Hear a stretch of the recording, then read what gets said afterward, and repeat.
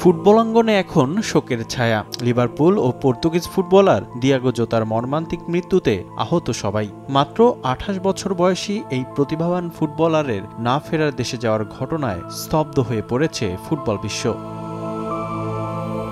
Portugal জাতীয় দলে জোতার সঙ্গে অনেক স্মৃতি জমা আছে ক্রিস্টিয়ানো রোনালদোর। জোতার মৃত্যুতে শোক জানিয়েছেন তিনি। সতীর্থর এমন আকস্মিক মৃত্যু মেনে নিতে পারছেন না এই পর্তুগিজ। সামাজিক যোগাযোগ মাধ্যমে এক পোস্টে তিনি লিখেছেন, আমরা একসঙ্গে জাতীয় দলে খেলেছি। তোমার পরিবার, স্ত্রী ও সন্তানদের প্রতি সমবেদনা জানাই। তাদের জন্য সর্বোচ্চ শক্তি কামনা করি।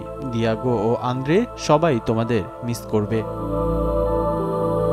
শুধু রোনালদোই নয়, জোতার মৃত্যুতে সমবেদনা জানিয়েছে লিভারপুল, পর্তুগাল, উইফা সহ বিভিন্ন ক্লাব। সঙ্গে দুঃখ প্রকাশ করেছেন ইয়র্গেন ক্লপ, পেপে, ডারউইন সহ আরও অনেক ফুটবলার। পর্তুগিজ তারকার জন্য সমবেদনা জানিয়ে বিবৃতি দিয়েছে বাংলাদেশ ফুটবল ফেডারেশনও।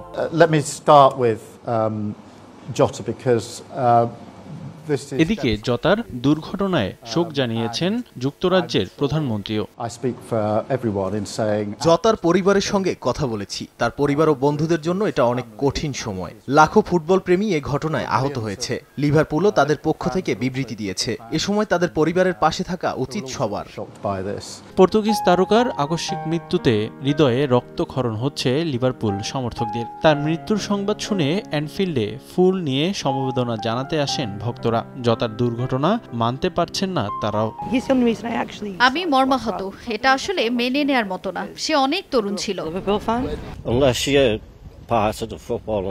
পরের মৌসুমে তাকে মাঠে দেখার কথা ছিল। আমি জানি সে গর্বের সঙ্গে সব দেখবে। আমরা তাকে মিস করব।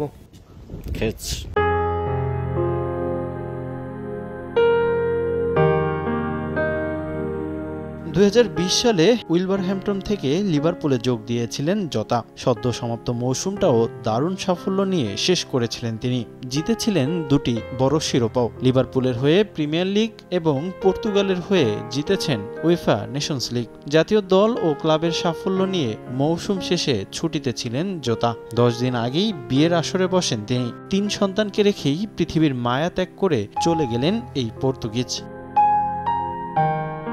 রিফাতুল ইসলাম মিরন, সময় সংবাদ।